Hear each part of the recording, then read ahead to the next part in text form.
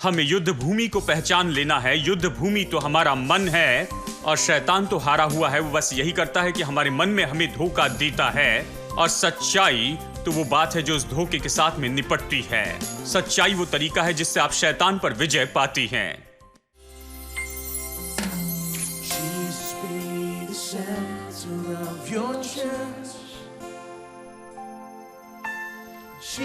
be the center of your church, and every knee will bow, every tongue shall confess you, Jesus, Jesus, Jesus. Oh, just say that name, say that name. There's life in the name of Jesus. There's healing in the name of Jesus. Oh, strength in the name of Jesus.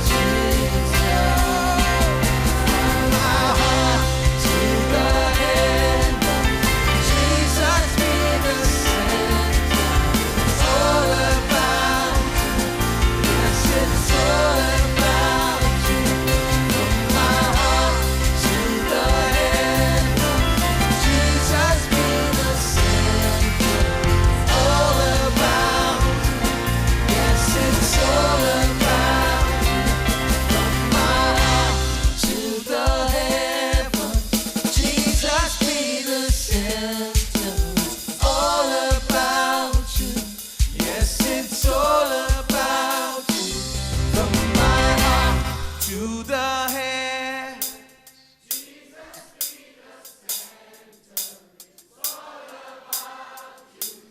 Yes, it's all about you.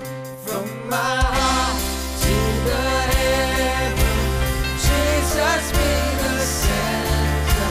It's all about you. Yes, it's all about you. From my heart to the heavens. Jesus be the center. It's all about you. Yes, it's all about you, Jesus.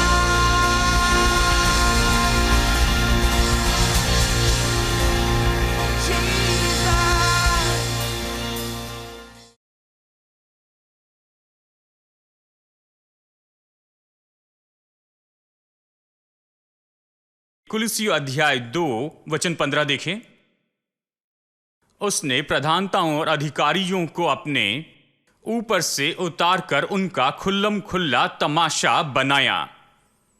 अब देखिए, उस पर यानी क्रूस के बारे में बताता है कि यीशु ने क्रूस पर क्या किया। एक अनुवाद बहुत अच्छे से बताता है, क्रूस के कारण उन पर जय जयकार की ध्वनि सुनाई। इस तरह कहता है, बहुत ही सरल शब्दों में, कि उसने क्रूस के द्वारा उन पर विजय पाई। क्रूस के द्वारा, अब ये जो है उस पर उसके द्वारा विजय पाई, ये बता रहा है एक विजयी जुलूस के बारे में जो विजय पाने के बाद में हुआ था। देखिए, विजय तो प्राप्त कर ली गई है जब उसने प्रधानताएं और अधिकारों को पूरी तरह से उतार फेंका। ऐसा नहीं कि वो उसके हथियार नहीं ले पाया, कि उसके कपड़े ले ले, उसके गहने ले ले, उसकी सारी चीजों को ले ले, यानी उस शत्रु से। देखिए, राजा जाकर ये सब कुछ नहीं ले सकता था उस शत्रु को पहले हराए बिना ही। केवल जब वो हार जाता है तो ये सब कुछ देता है, नहीं तो वो नहीं देता था। यानी वो पहले ही हरा दिया गया था, इसलिए उससे ये सब कुछ छीन लिया गया था। प्रधानता और अधिकारों को उतार फेंका, और ये तो खुली रीति से तमाशा बनाने के द्वारा ये निश्चित किया गया। अब यहां पर देखिए, तीसरी बात क्या हुआ, ये तो विजयी जुलूस हुआ था। अब पौलुस रोमी नागरिक था, और शायद उसने इन बातों को देखा होगा, इसके बारे में सुना होगा, या कम से कम पढ़ा होगा। वो पढ़ा लिखा व्यक्ति था, वो ज्ञानी व्यक्ति था। वो उस परंपरा को अपने मन में रखते हुए ये लिखते हुए इस तरह से कहता है, प्रधानताओं और अधिकारियों को अपने ऊपर से उतार कर उनका खुल्लम खुल्ला तमाशा बनाया, और उसमें यानी क्रूस के द्वारा उस पर विजय पाई। वो उसे मन में रखता है, वो विजय मन में रखता। और दूसरे शब्दों में कहता है, परेड हो चुकी है, चिंता ना करो। शत्रु जिन्हें तुम समझते थे बड़ा शत्रु है, वो अभी बड़ा नहीं है। इसे देखो, ये तो विवस्त्र हो गया है। उसके सारे हथियार छीन लिए गए हैं। वो नुकसान नहीं पहुंच सकता, कुछ नहीं कर सकता। तुम्हारे पास उसके ऊपर सामर्थ्य है, तुम उस पर थूक सकते हो, उसे मार सकती हो, तुम उस पर चिल्ला सकती हो। वो तुम पर उंगली भी नहीं उठा सकता है, क्योंकि वो आज पूरी तरह से सामर्थ्यहीन हो गया है। यही तो संदेश है जो वो परेड जुलूस लिया चलता था। इसलिए परेड इतनी महत्वपूर्ण थी। इसलिए पौलुस ऐसे लिखता है। लेकिन समस्या यह, बहुत से विश्वासी परेड चूक गए हैं। हेलो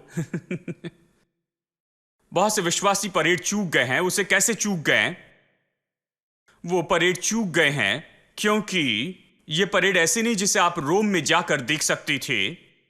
ये परेड तो ऐसी थी जिसमें आप यहां पर चर्च में आते हैं और कोई इस परेड के बारे में प्रचार करता है, जैसे क्रूस के बारे में बताते हैं, और आप तो अपनी आत्मिक आंखों को खोलने लगते हैं और इस बात को समझकर देखने लगते हैं कि कलवरी के क्रूस पर यीशु ने क्या किया है। आप स्वाभाविक में जो देख सकते हैं उससे परे जाती हैं। मत्ती, मरकुस, लूका और यूहन्ना में जो चित्र बताए गए उससे परे आप जाती हैं और उस प्रकाशन में जाते हैं जो कुलुसी 2:15 में बताया गया है, जहां आप देखते हैं कि यीशु ने प्रधानता और अधिकारों को पूरी तरह से उतार कर फेंका है और उनका खुल्लम खुल्ला तमाशा बना दिया है और उस पर उसने विजय प्राप्त की है। और आप देखने लगते हैं कि शैतान तो हारा हुआ है, कि अभी उसकी आप पर कोई सामर्थ्य नहीं है, लेकिन आपके पास पूरा अधिकार और सामर्थ्य उस पर है। आप देखना शुरू करते हैं कि आप कौन हैं और शैतान कौन है।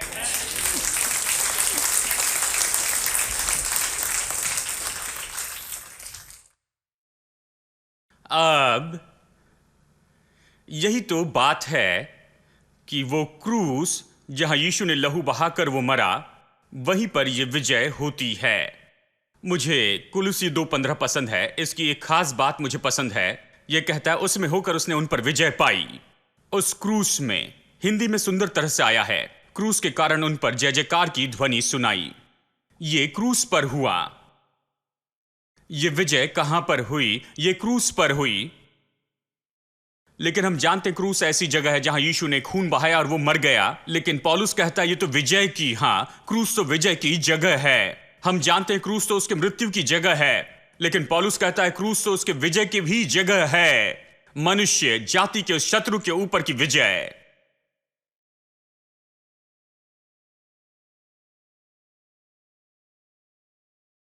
यानी जब मसीह वहां पर अपमानित होकर क्रूस पर लटका था और उसका मजाक उड़ाया गया, थूका गया, उस पर लोग हंस रहे थे, लेकिन सच में वहां कुछ महान हो रहा था। शैतान की सारी सामर्थ उससे छीन ली गई। यीशु ने प्रधानताएं और अधिकारों को उतार फेंका। यहां पर केवल यीशु ही प्रकट नहीं किया गया है, शैतान, यानी क्रूस के द्वारा जो कुछ भी यीशु ने कहा उसके द्वारा शैतान वहां पर इस तरह से दिखाया गया कि वो शर्मिंदा हुआ है, वो तो हारा हुआ है कलवरी के क्रूस के द्वारा। और विश्वासी वो केवल ये न देखे कि मसीह वहां पर लहू बहाकर मर रहा है, वो मसीह की विजय को भी देखने पाए उस क्रूस पर, और उस क्रूस पर शैतान की हार को भी वो देखे। वो देखे कि शैतान बिल्कुल पूरी तरह से सामर्थहीन और पूरे हार में दिखाया गया। उन्हें यह देखना चाहिए। हां, यह चित्र है जो नया नियम बताता है कि शैतान के साथ क्या हुआ है। यही तो शैतान है। क्या इस तरह शैतान देखा है? शायद कुछ लोग इस तरह के शैतान के बारे में पहली बार सुन रहे हैं।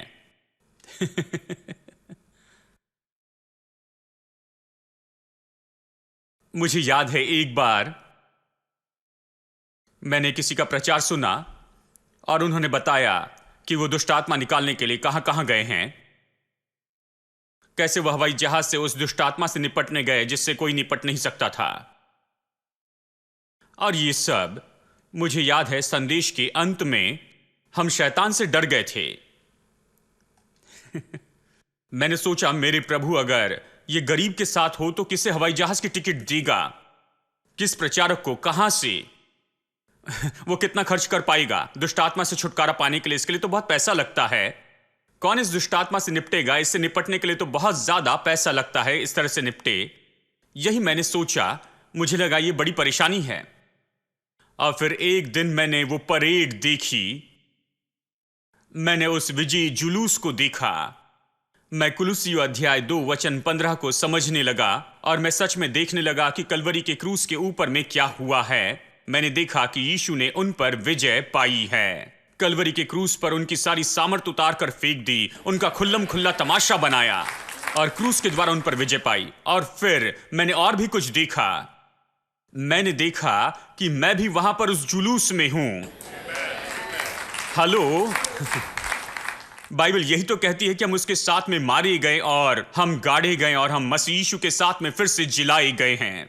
इसका क्या मतलब है? यह कि मैं उसके साथ में वहां पर था। वो मृत्यु जिसमें मरा वो मेरी मृत्यु है, वो गाढ़ा जाना मेरा था और वो जी उठना मेरा जी उठना था। उसे इन सारी बातों से जाने की जरूरत नहीं। वो जीवन का राजकुमार था। उसने सबको जीवन दिया। आप उसे नहीं मार सकते। उसने अपना प्राण दिया मेरे बदले में। वो मनुष्य बना और वो हमारे जैसे मांस और लहू उसने लिया और उसने अपना जीवन दिया और उसने शैतान के विरुद्ध में इस युद्ध को लड़ा और उसने शैतान को हराया मेरी जगह पर, मेरे बदले में और आपके बदले में। जो विजय उसने पाई ये तो उसके लिए नहीं थी। उसे विजय की कोई जरूरत नहीं थी। परमेश्वर को शैतान के विरुद्ध में विजय क्यों चाहिए? परमेश्वर बस उसकी ओर मुड़कर थोड़ा सा फूंक देता और उसे उड़ा देता, अपने मुंह से फूंक मारता और वो तो पूरी तरह से बिखर जाता था।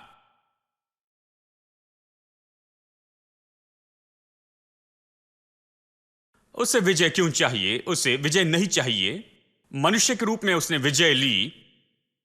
वो आपके और मेरे जैसे हो गया और मनुष्य के रूप में उसने शैतान पर विजय पाई और शैतान को नोटिस दी, एक मनुष्य ने तुझ पर विजय पाई है और अभी बहुत से आएंगे जो तुझे लाते मारते जाएंगे। मनुष्य के बदले में मनुष्य, मनुष्य के बदले में वो गया और उसने ये किया और मैं वहां पर था। बाइबल कहती है मैं मसीह में था। जब वो जी उठा मैं वहां पर था। जब उसने विजय पाई मैं वहां पर था। जब विजयी जुलूस हुआ तो मैं वहां पर था। बहुत से लोगों ने अपने आप को वहां पर रहते हुए नहीं देखा। हां, मैं वहां पर हारा हुआ नहीं था।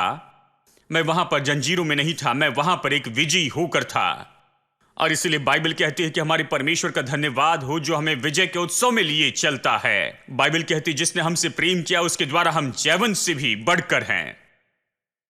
उसने विजय पाई, हम उसके साथ में मार्च कर रहे हैं क्योंकि हम उसकी सेना में हैं। हमने कुछ भी नहीं किया, उसने सब कुछ किया और हम विजय का आनंद उठा रहे हैं। और उसने जो सारी आशीष हमारे लिए पाई है उसे हम ले लेते हैं। आमेन। यह हमें क्या बताता है? अनुग्रह और विश्वास के बारे में। इसका मतलब है परमेश्वर ने अनुग्रह में जो कुछ भी दे दिया है तो शैतान इतना बड़ा नहीं है कि जो कुछ भी परमेश्वर ने आपके लिए दिया है, प्रयोजन किया, उसे लेने से रोके। शैतान उतना बड़ा नहीं है जैसे कि आप सोचते हैं। वो हारा हुआ है। अगर आप विश्वास कर सकते हैं तो इसे पा सकती हैं।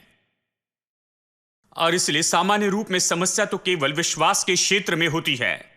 समस्या तो अक्सर आपके मन में होती है। आपके मन में जो विवाद चलते हैं उसी के साथ में समस्या होती है। आपके विचार के जीवन में क्या होता है वहां समस्या है। आप क्या सोच रहे हैं उसमें समस्या है। जो सवाल उठाए जाते हैं, जो विवाद उठाए जाते हैं, जो संदेह उठाए जाते हैं, युद्ध जो मन में उठाए जाते हैं, और इस तरह शैतान काम करता है। अगर आप उस युद्ध से निपट लेते हैं तो आप विजय पा सकते हैं। किस तरह से उस युद्ध में लड़ सकते हैं? वो यही है कि आप सच्चाई के साथ में जाए। सच्चाई वो हथियार है जो आप इस युद्ध में उपयोग करते हैं।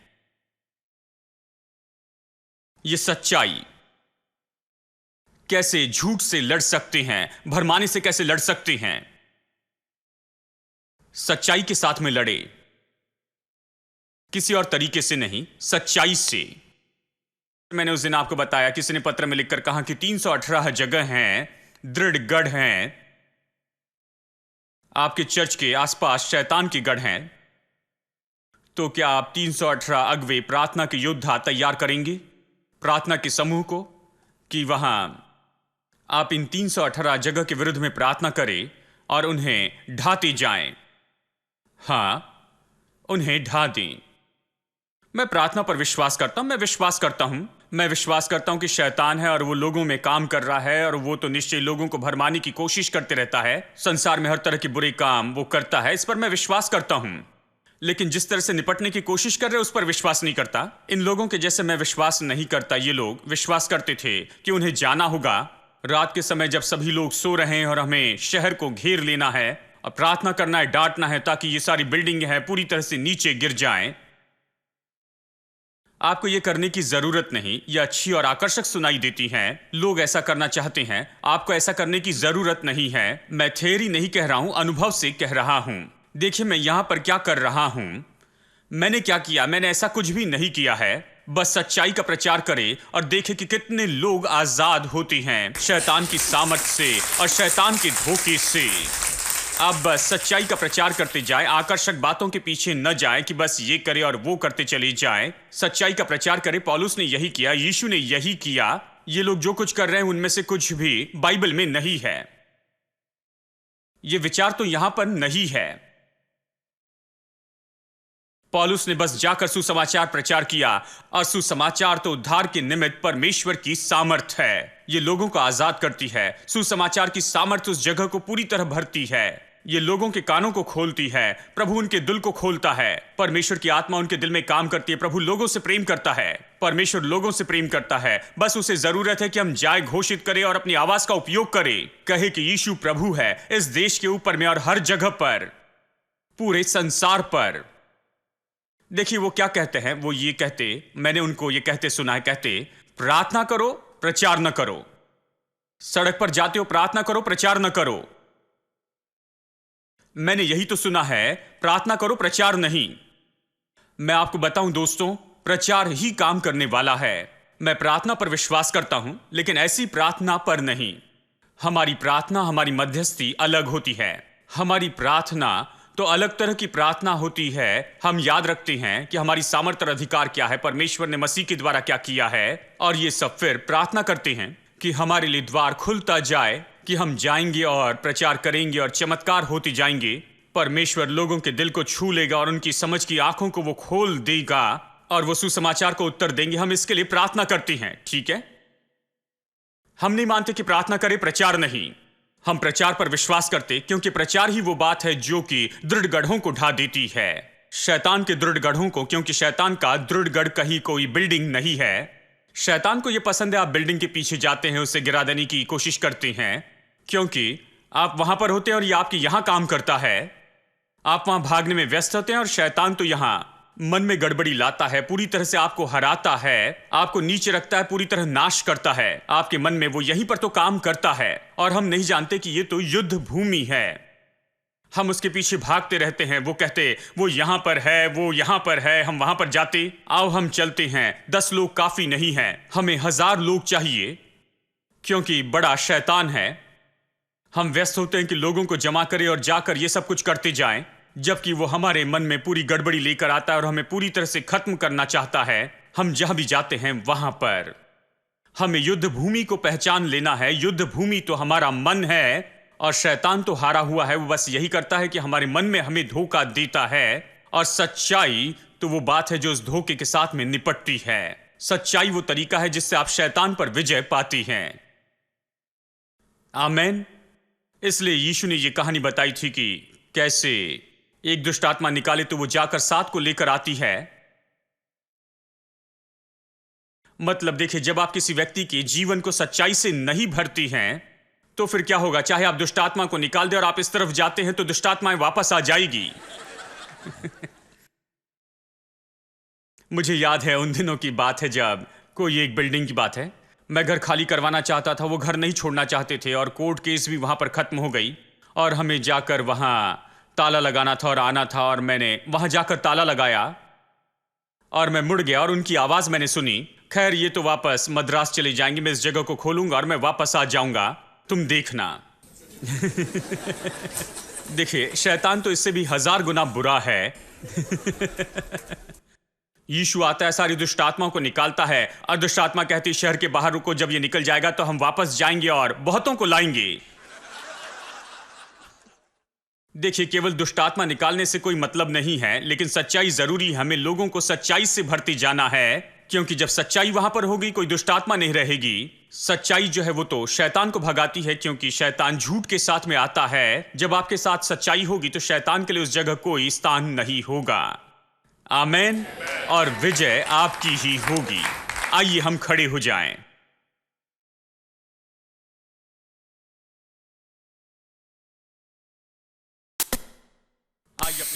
उठाकर परमेश्वर को धन्य कहे। धन्यवाद यीशु। पिता परमेश्वर, हम यीशु के नाम में आते आपको धन्यवाद देते हैं आज जो वचन सुने हैं उसके लिए धन्यवाद देते हैं, क्योंकि हमने देखा है उस विजय के जुलूस को कि कलवरी के क्रूस पर क्या हुआ और कैसे शैतान को हारा हुआ दिखाया गया है, कैसे उसकी सारी सामर्थ्य उससे छीनी गई। धन्यवाद देते हैं क्योंकि विजय तो हमारी है। जो कुछ भी हमारे लिए कलवरी के क्रूस पर हमारे लिए हासिल किया गया यीशु के द्वारा, आज विश्वास से हम उससे ले सकते हैं। कोई शैतान हमें नहीं रोक सकता है। केवल हम धोखा खा सकते हैं, लेकिन सच्चाई ये सबसे बड़ा हथियार है जो हमारे पास है शैतान के विरुद्ध में। हम आपके वचन की सच्चाई से ही अपने जीवन में विजय पाते हैं।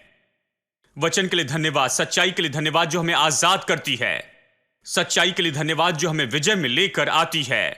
आनंद और शांति और हर एक आशीष को हम लेते हैं जो आपने हमारे लिए रखी हैं।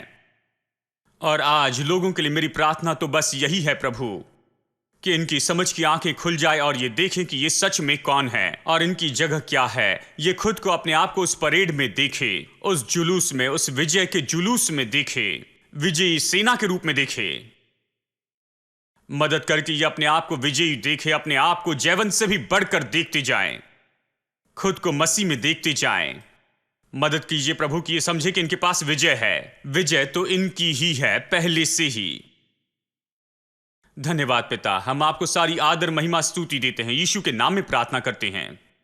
अब हमारे प्रभु यीशु मसीह का अनुग्रह, पिता परमेश्वर का प्रेम और पवित्र आत्मा की संगति हम में से सबके साथ हमेशा होती रहे। आमेन।